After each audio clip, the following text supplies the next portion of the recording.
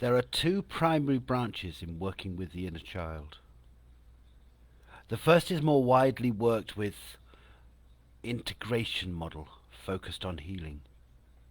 We dive into this work in Egypt, and we dive into this work in the first 2 weeks of our course, integrating star magic and the magic of ancient Egypt. The ancient Egyptians held that there were 8 parts of the soul. We began our work with the Ba, the mobile part of the soul, in our work on dream temples and star magic. In Unlock the Power of Your Inner Child, we work with the Ba again. This time we soul travel from the dream temples into the deep realms of your unconscious mind. We use transmutational meditation to journey to discover what we call your inner children.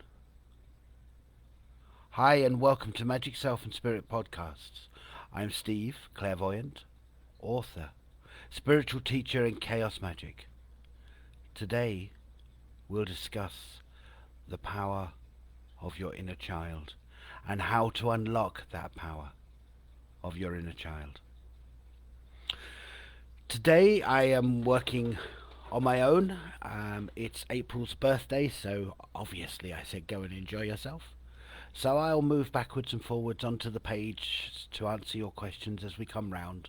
But please bear with me, as obviously April isn't here, and this seems to be the best way of working it. Hello, Lee. Good evening, Risha. Good evening where you are. It's lunchtime here. Hello, Cynthia. Welcome aboard, everybody. We're discussing the power of unlocking your inner child, and Lee has already been on this course, but will know it well.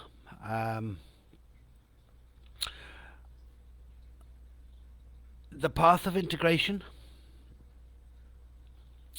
the healing of your inner children. Now, inner children is a term that we came up for the splintered parts of the soul, if you like. It gave us a way of working, and this is the essence of chaos magic, that you can actually create masks of reality that will allow you to work in certain ways, that will allow you to empower certain parts of self or certain parts of your magic. Now, what's interesting here with this is the inner children, if you like, is the idea of what a child may consider as crisis or trauma that it will shut down because it can't deal with and bury. And what happens is it's like a little piece of the psyche or the soul is broken off and remains at that age in that place, if you like, of constantly recycling the trauma unconsciously. It remains as part of your unconscious mind, but broken off from the main part, if you like. Now, of course, this is a model. It's not literally broken off, but it's the best way to describe it. So what we've got here is these small parts, which we call inner children, constantly generate energy in search of resolving that particular trauma. So the generation of the energy manifests that trauma in other forms in different parts of your life until it is complete in its whole. So the need to work with inner children to clear some of that energy in order for you to be able to manifest the parts of your life that you choose, in order for you to go further on your spiritual journey, is really, really powerful in its approach. And this is good part of where we're working. Hi, Wendy. Hello, Tracy. Welcome aboard, everybody. This is a good part of where we're working with this work. In actual fact, it covers the first half of the book and the course of actually how you do that. Now, one of the powerful ways that we do that is through mask work, which I'll go into right now. So the two primary branches, if you like, are the inner children in the way that I've just discussed, and the inner child, as in the spirit of your unconscious mind, and we'll work a little bit with that a bit further on. The way we work on this particular course with this particular book is via star magic and the magic of ancient Egypt. We work with the different parts of the soul from ancient Egypt, and the ancient Egyptians identified 8 parts of the soul, or 9 depending which way you count it, of which one of those parts of the soul was called the Ba, B-A. And the Ba was the mobile part of the soul. It left the body and went on a journey at death in order to gather information, in order to gather growth, in order to gather blessing, etc., and would return to the body.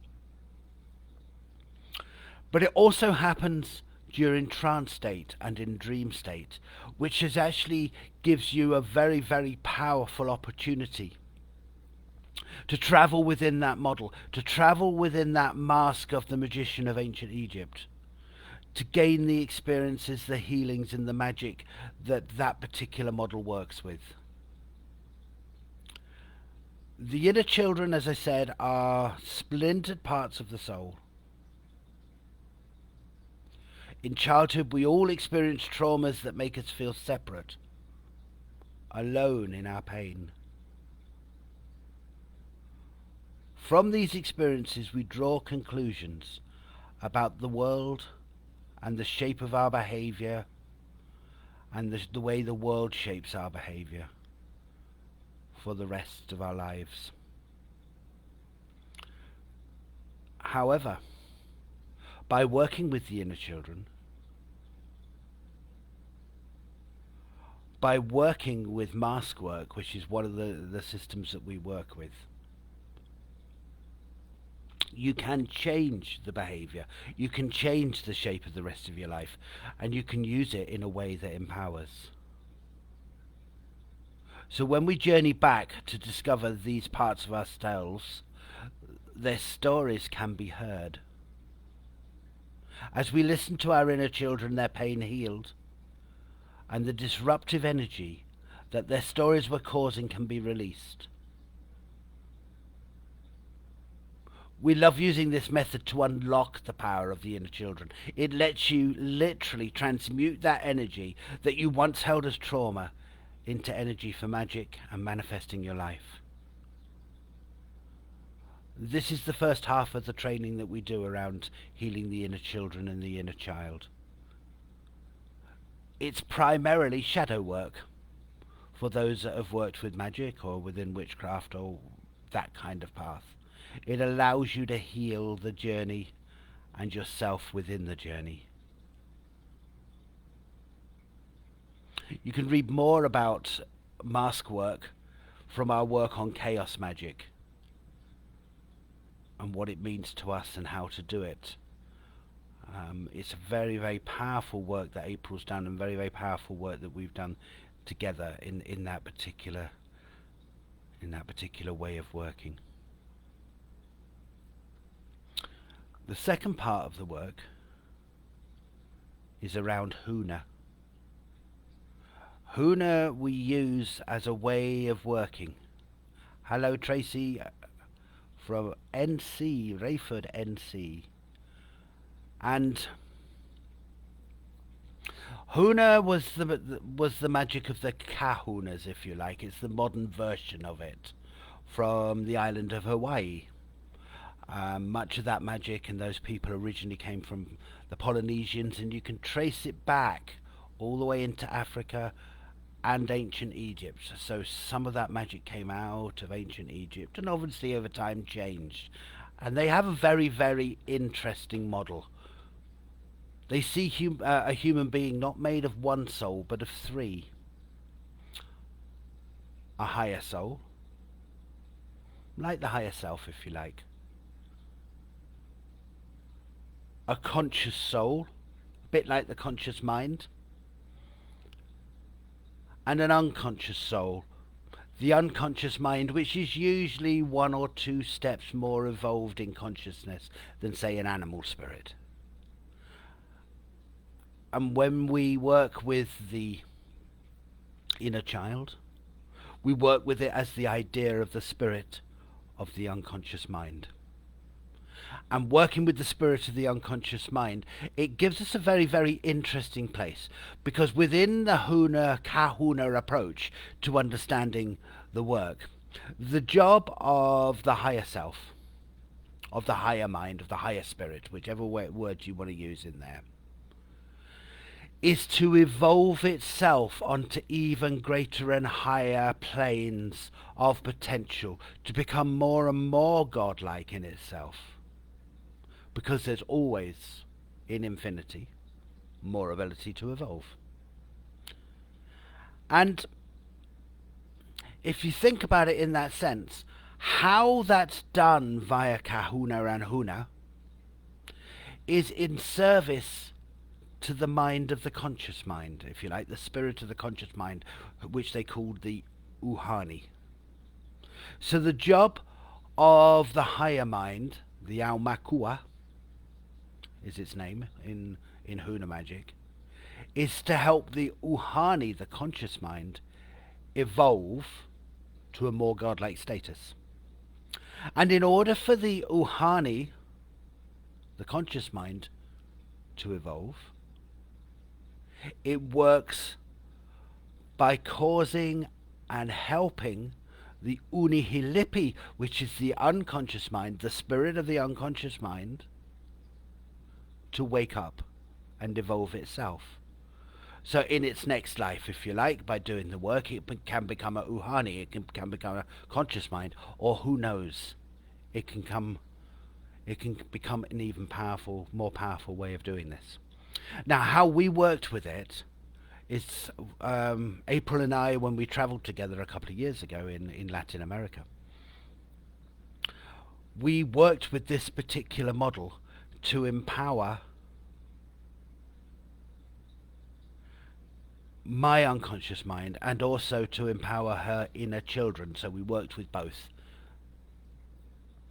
And April would talk to my unconscious mind, the spirit of my unconscious mind, whose name is Smeet. And I'm going to translate a story for you from Smeet in a little while. And what he did and what she did was, by conversing with him, by building up ways of working, by building up communication with him, he became more and more conscious.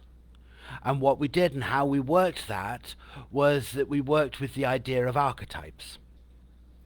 So, very early on from when we were travelling together, April suggested to Smeet that he became a page, like in the old stories of knights and ladies and swords and all of those kind of things, right?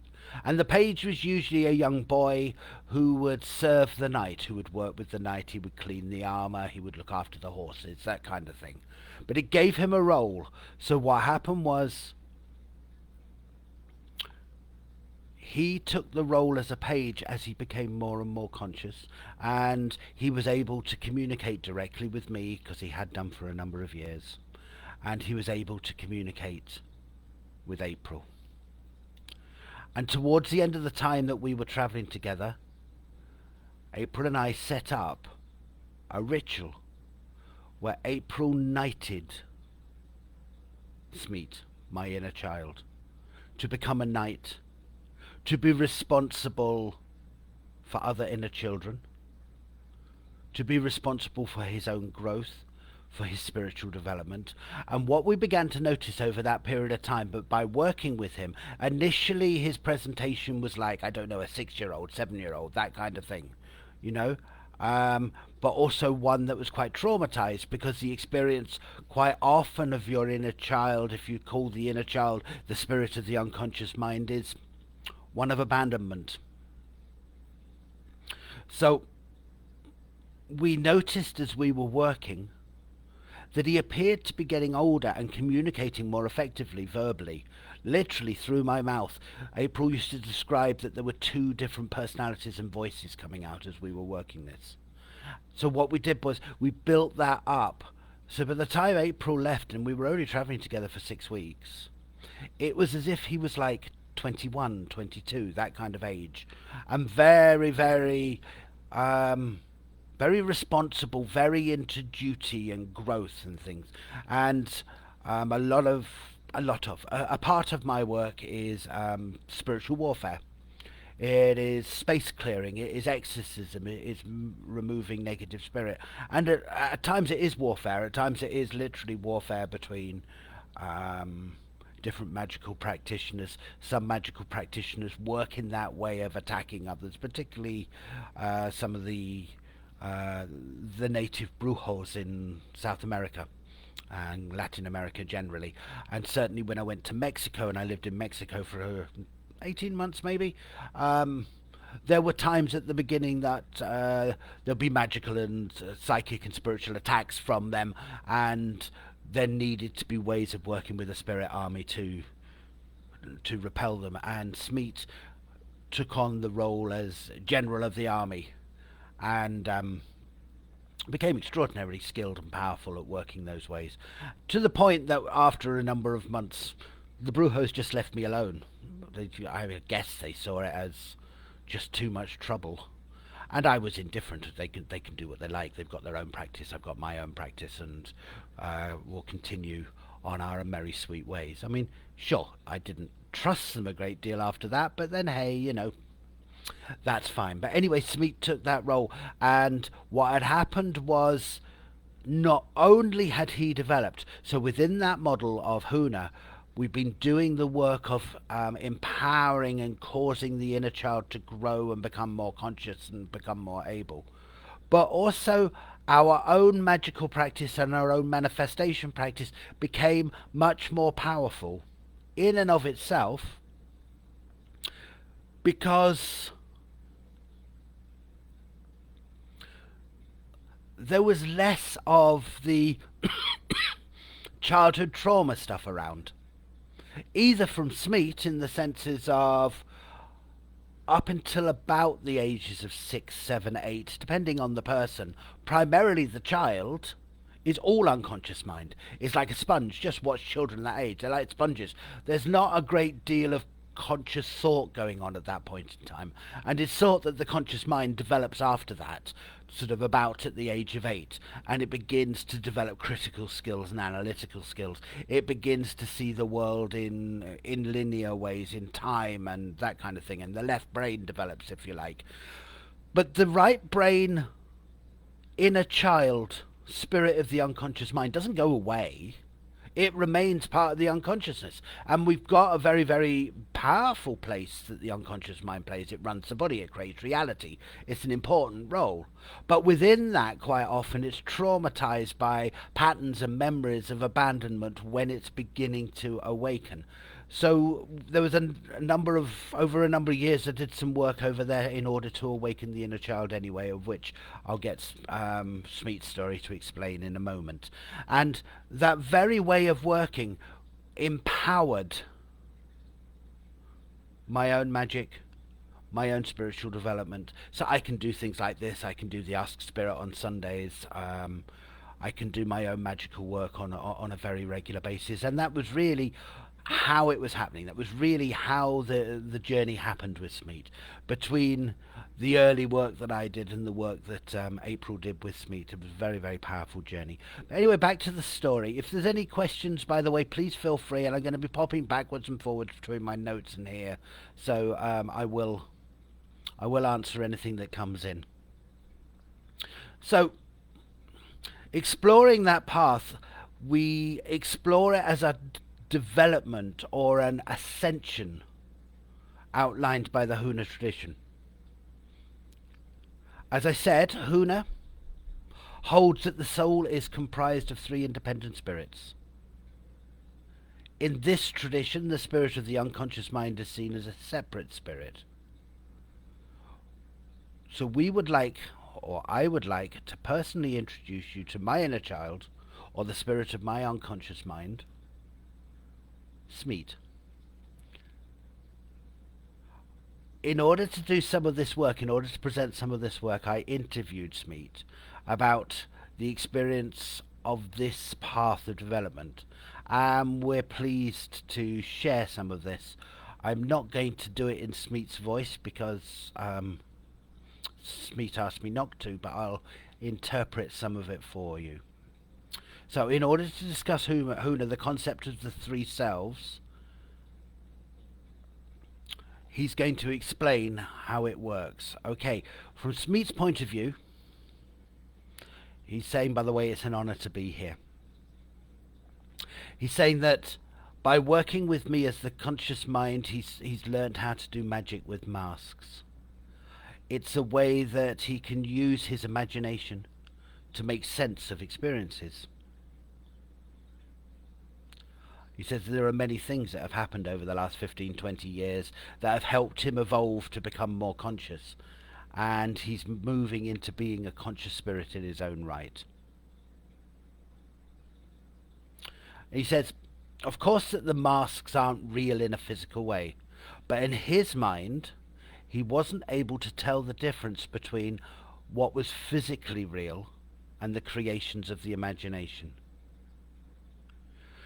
You've got to understand the notion of imagination is only relevant to the conscious mind. There is no difference, it's thought, in the unconscious mind between what you imagine and visualize and what actually happened. That distinction is only in the conscious mind. And there's deeper layers of that which we could get into at another time. But right at the moment, let's see it in that kind of way. If there is such a thing as an external reality, the unconscious mind is not able to distinguish between the two. It's not able to say that was in the imagination and that is real. It's only in your conscious mind you can do that. Now, being that it's thought that the unconscious mind is the energy that creates the whole process of manifestation, that's actually really quite useful. Your visualization approaches, etc., are very, very powerful to the unconscious mind when creating your reality.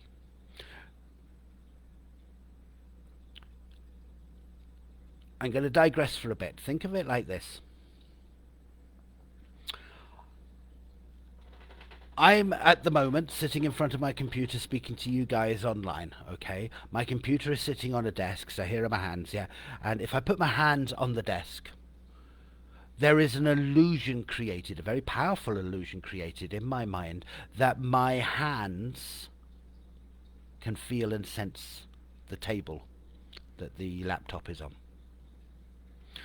But the truth is, we know biologically that actually isn't correct. What happens is there are sensors in my skin that send electrical information to my brain and to my mind, informing them via that communication of that experience. My hands themselves don't feel the table. My brain and my mind does. Now, at the moment, I'm looking at myself in the computer because I'm the one on video at the moment as I look in. Now, at the moment, there is a very, very powerful illusion that is happening that says my eyes can see me in the mirror. But actually, they can't. What happens is, we know biologically that my eyes are a conduit for electrical information. It picks up information and they send them along nerves in my eyeballs to my brain and my mind. And in my brain and my mind, there is an interpretation of that information that creates that information.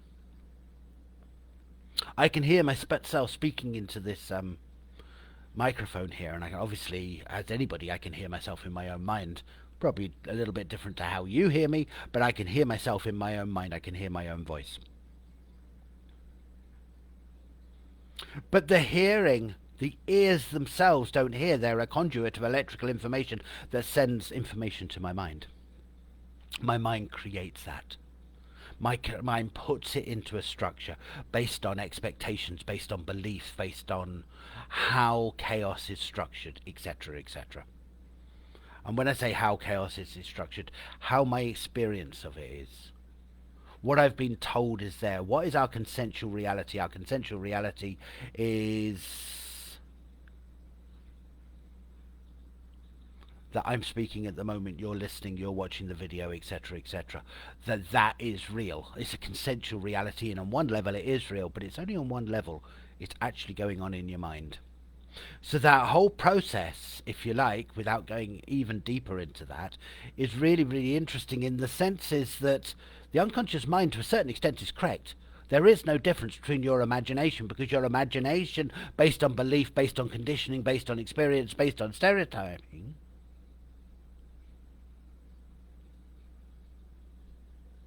is creating the reality you're experiencing and we're experiencing. So is there a difference between what you imagine and what is? Probably not at that level each. Now, there's a question here. Susan Bird. Using Huns, can you help someone from a distance? I'm thinking of my older child in terms of gaining and growing years. Huns, I'm not sure what Huns are, Susan. But can you help somebody from a distance? Most certainly. You can do it via your own inner child work. Most certainly, I may well work with Smeet in that particular way. You can do it through your manifestation, you can do it through your magic, you can do it through your invocation. Using Huna. Ah! Yes, it is my will that as I develop this energy, as I work with Huna, I serve others. I heal others. Yeah, absolutely. You can do that, no problem. So, going back to where we were, I could talk on this subject forever, if you like.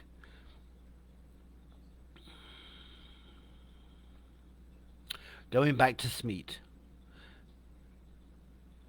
he's saying that the masks, if you like, the mask is a belief in something, like Huna.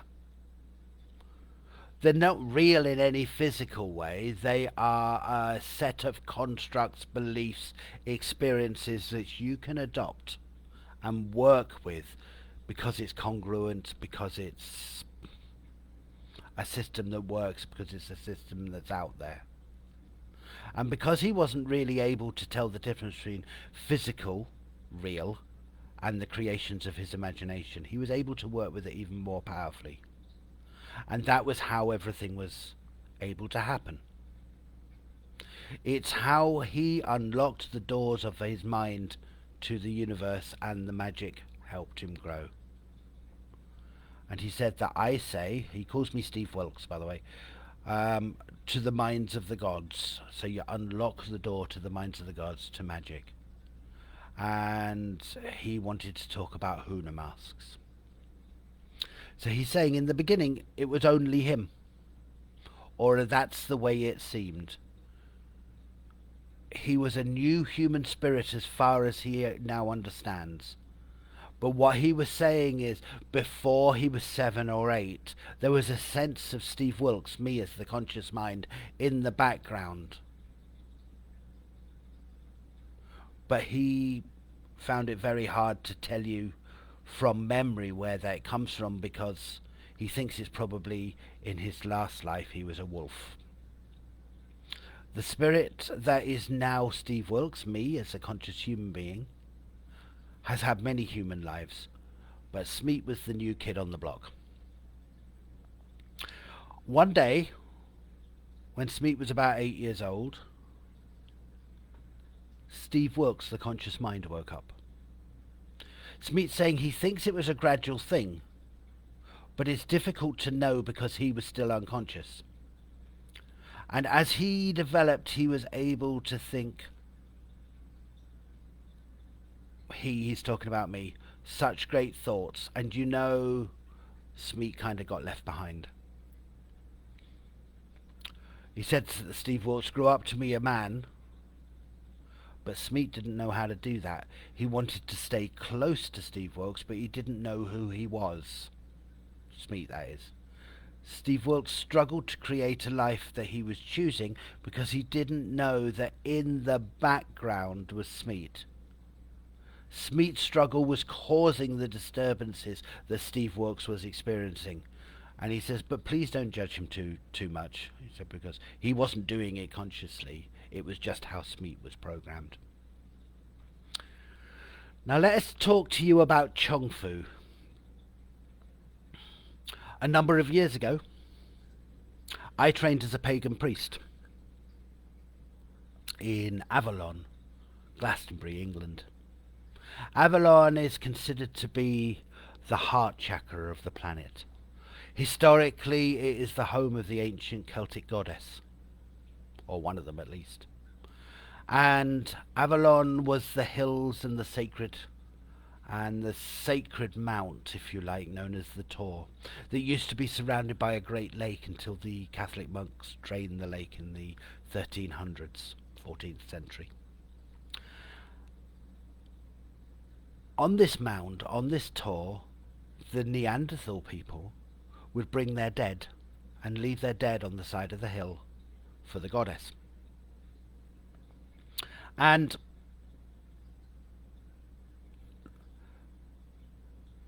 the pagan idea at the time was that when you died, you went to the Summerlands, and it was a place you waited for rebirth. It was a place of healing and change. It was transformation.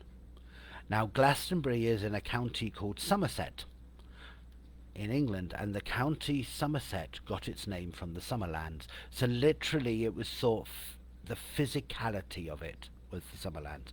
And I trained there as a pagan priest. And while I was training as a pagan priest, one of the priestesses, I was already working clairvoyantly, but one of the priestesses was a full trance channel. And what that means is she would leave her body and her guide, her spirit guide, will come in and take over the body. And there would be no sign of her at all. Her name is Sally. And there would be no sign of Sally at all. And this huge personality we call Chong Fu would come through and talk to us and work with us. Now, training with Chong Fu was once every 2 weeks for anywhere between 6 to 12 hours in circle. Very intense training, very, very intense working. And also Chong Fu would work with each of us individually as part of our own development. And Chong Fu is an extraordinary, and is an extraordinarily powerful spirit, which Smeet is going to tell you about in a little bit. But just to give you context of what Smeet is about to say. And Chong Fu was very instrumental in the waking up of Smeet. So Steve Wilkes, this is Chong Fu saying that Steve Wilkes started working with a spirit master called Chong Fu, who had been dead for over 1,000 years. Chong Fu's job was to teach humans and spirits to work together to create better lives. Chong Fu would channel his spiritual energy through a lady, a priestess, called Sally, who was Steve Wilkes' clairvoyant teacher. And therefore Steve Wilkes had the opportunity to talk to Chong Fu directly face to face. Chong Fu is amazing and really funny. He would make Smeet laugh, and Smeet began to have feelings of being conscious too. Steve Wilkes became more and more aware of Smeet, and as he woke up, that is Smeet, he felt very sad and angry. It was like he was only 8 years old and Steve Wilkes had left him behind on his own. As Steve Wilkes became conscious, he had forgotten about his childhood unconsciousness. He had forgotten about Smeet. Chong Fu knew this and showed Steve Wilkes how to go on journeys, soul journeys, shamanic journeys, whatever word you want to use, in his mind to find Smeet. So there was Smeet, sitting in a cave, angry and sad, like Gollum from Lord of the Rings. And he says, Steve Wilkes was so kind to me and let me come near him and cared for me. Each day Steve Wilkes would visit and talk to me, Smeet, and each day I became more aware of myself. We'll tell you a little bit more in a moment, but let's tell you more about the kahunas. Now, a lot of this work was possible, before we go there, a lot of this work was possible because of very intense work in the training circle with Chong Fu. And the intense work was really how to connect with spirit. You see, people usually approach clairvoyance or learning to be clairvoyant or psychic or empathetic or whatever words you use from this very, very idea of I need to know how to do it so I can talk to other people. Technique. Now, technique is important, don't get me wrong. Technique is absolutely important in terms of your clairvoyant work. But actually, technique doesn't get you there. Technique is something you can develop much more powerfully on the end of the process. What gets you there is intentional connection to spirit, evocation, evocation, calling, connecting, visualizing, feeling, imagining, empowering, using incantation, using whisper, using your voice. And what I did before I met Chong Fu, before I was sitting in that circle, yeah, I was working clairvoyantly, I was doing some readings and whatever. But how I empowered it was for the first 18 months of working with Chong Fu. Every day, for an hour, I would evoke out loud.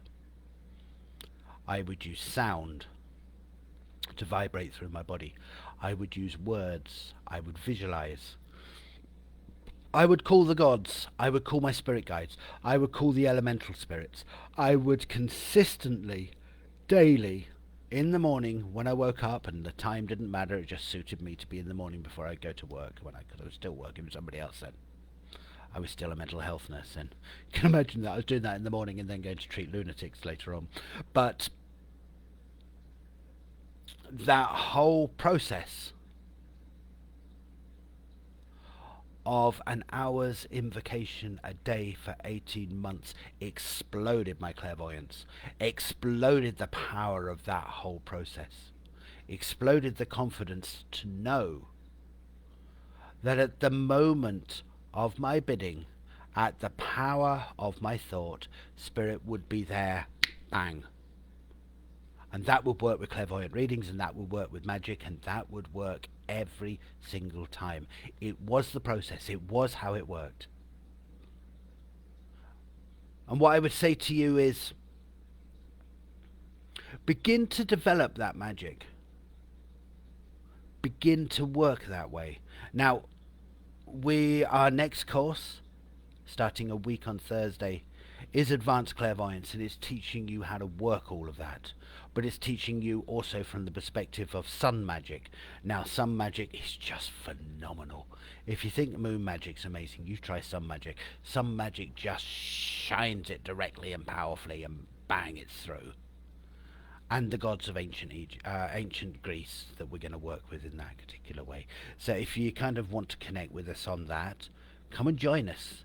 Come and develop your own spiritual abilities. And I've just put a link in for the Spiritual CrossFit Gym, which is where we do that. Okay? And you can begin to open this up really, really, really powerfully. You can develop your own spiritual ability away from, will this work? Is this true? Can I do this? Other people can do this, I can't. How do you do it? We blast through all of that with this next class. This next month's class will change absolutely everything for people that are working with us in that kind of way, because it's not about a conscious, can I do it, can I work this out? It's about command the information, command the connection, and it is there. It is a totally different level. Anyway, back to Huna and the three selves that we're working in that particular way. A big part of the native religion of Hawaii is known, or is the magic of the kahunas. The magicians were priests and knew many, many things. The way that the kahuna described people was that each person, as I said earlier, was made of three spirits. The Aumakua, which was like the higher spirit, which was both male and female in one spirit. Ours, Smeet's and mine, is called Sibragankanara, and he appears like an angel made of both light and dark equally. His or her job is to help Steve Wilkes, me, evolve into a higher spirit of powerful things. In doing work like that, Sibrigankanara becomes even more like a god. The second spirit in this model is the Uhani. This is the spirit of the conscious mind. In our body, in our being, this is Steve Wilkes, me. One of the things he does, so he can grow spiritually and magically, is to help Smeet, the unconscious mind. I'm not so unconscious anymore. As Smeet says, Steve Wilkes can think logically, and then he says sometimes, and work with him and Sibrigankanara as a team. And then the third spirit that the Uhani recognized was the Unihilipi. The Unihilipi is the name of the less evolved spirit, maybe one or two levels more evolved than an animal spirit. It holds all the emotions and runs the body. The Unihilipi has a channel of direct communication with the Aumakua, the higher self. In our life, Smeet was or is the Unihilipi, but Steve Wilkes and he calls April Lady April have helped him become much more.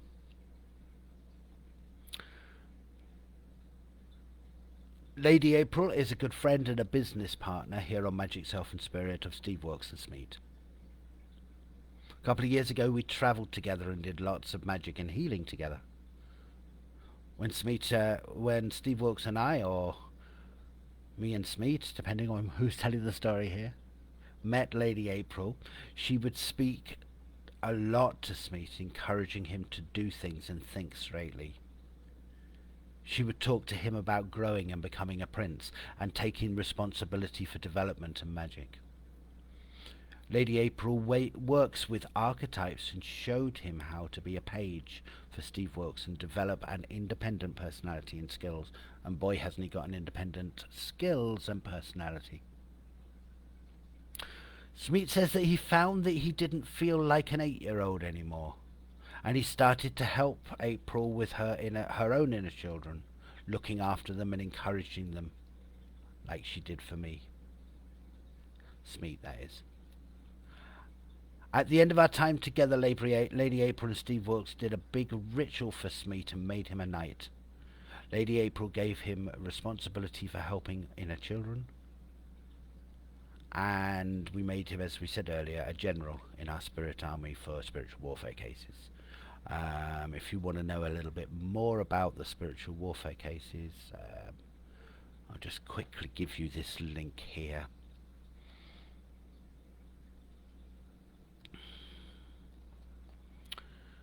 As I said, I don't know, for people who've just come on, April, who I normally work with that does all of that side, it's her birthday, so I told her to go partying instead.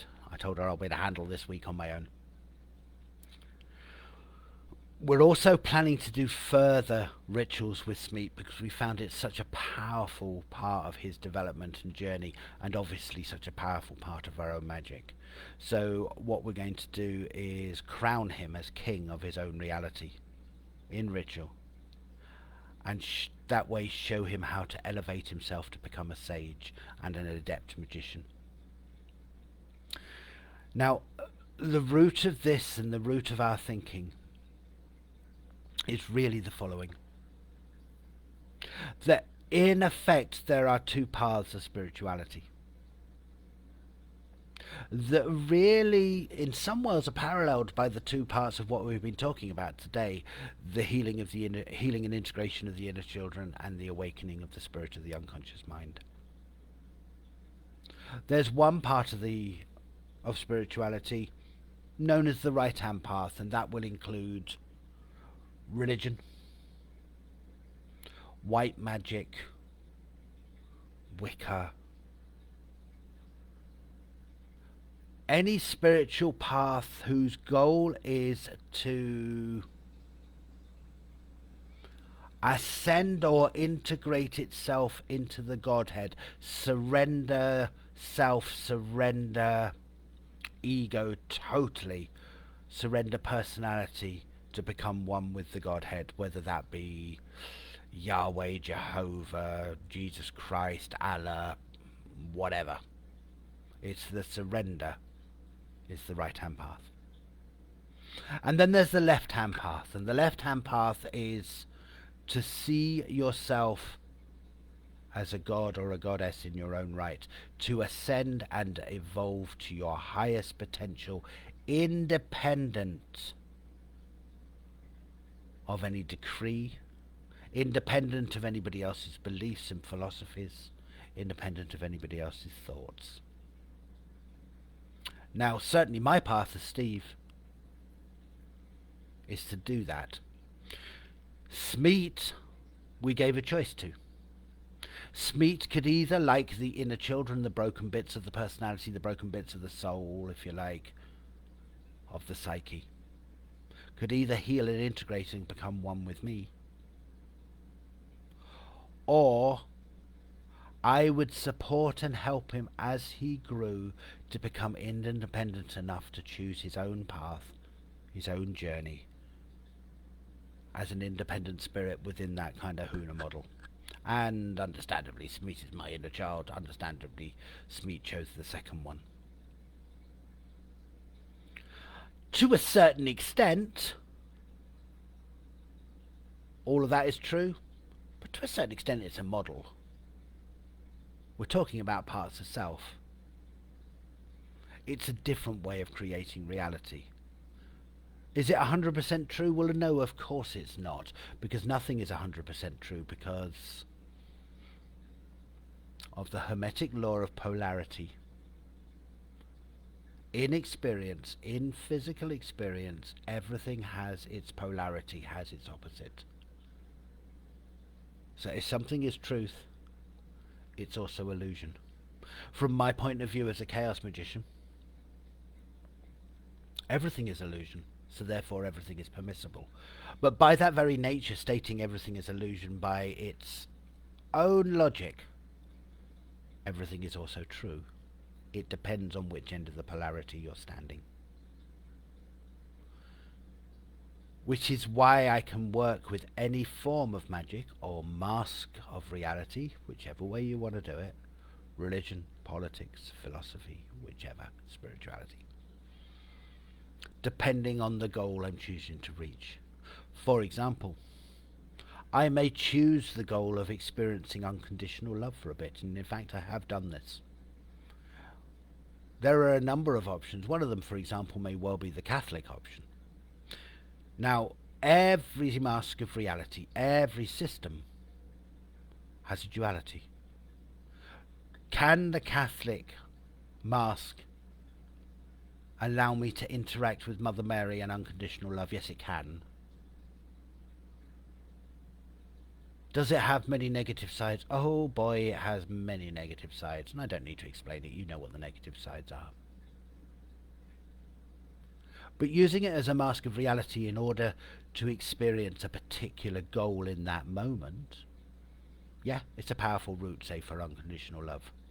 But once I've experienced it, I take that mask off, and I either remain in that deep default place of not really believing anything at that moment, or I put on another mask, I don't know, Luciferian magic or something, depending on what I'm doing and what the goals are. And that's really the logic behind all of this. Now, here is a model, the work of the inner child and the inner children, to empower your choices, to empower the healing and the integration and the development of spirit. Is it 100% no? Is it about 100% true? Nah. But then nothing's 100% true. It's all by its nature illusion. Is it illusion? 100%? Well, of course not, because of polarity. It's 100% true. It is both at once. And the power of working with spirit, the power of working with magic, and the power of unlocking the inner child, empowering it and causing it to grow, and healing the schisms in your psyche, in your soul, in your memory, is phenomenal. It's why we do it. It's the development of our magic. It's the development of our spirituality. It is really nothing to do with ultimate truth. Because ultimate truth is a religious concept that, let's be frank, doesn't work, doesn't function. It is a giving up of all of yourself to a concept of divinity. And usually that divinity is an egregore. An egregore is a collective thought form that is empowered, in terms of religion, by millions of people over centuries.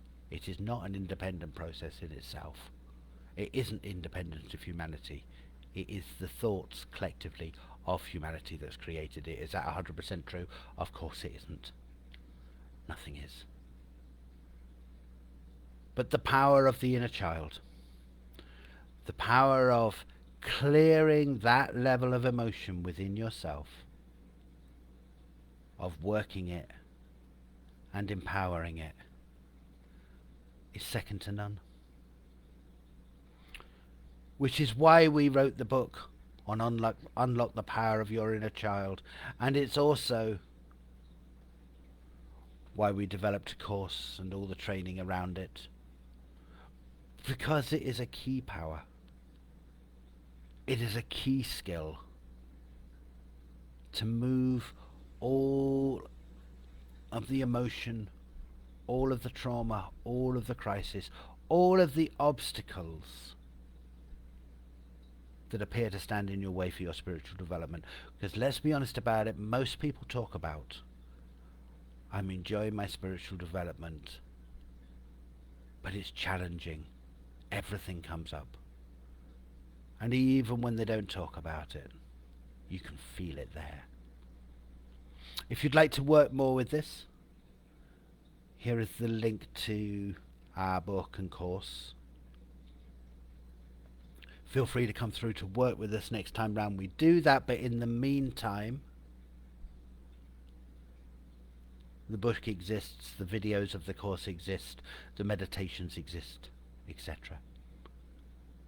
It's been great working with you guys. For those of you on the call that are in the Spiritual CrossFit gym where we do all the training, we're having a mastermind on Thursday because we will be between courses about the last course, the Spirit Guides course, Spirit Guides, Mediumship and Moon Magic. And the next course that we'll launch a week on Thursday, Advanced Clairvoyance, Sun Magic, that kind of thing. And that's how we will be operating from in. Anybody who is interested in developing, we keep it at a really low beta price because we're in developmental stage. And anybody that joins now, we would keep it at that price of $35 a month subscription, or as a one-off if you just want that course, $45. Anyway guys, it's been fabulous working with you. See you all students in the gym on Thursday. See you on Ask Spirit on Sunday. And see you next week for Magic Self and Spirit podcasts. Take care.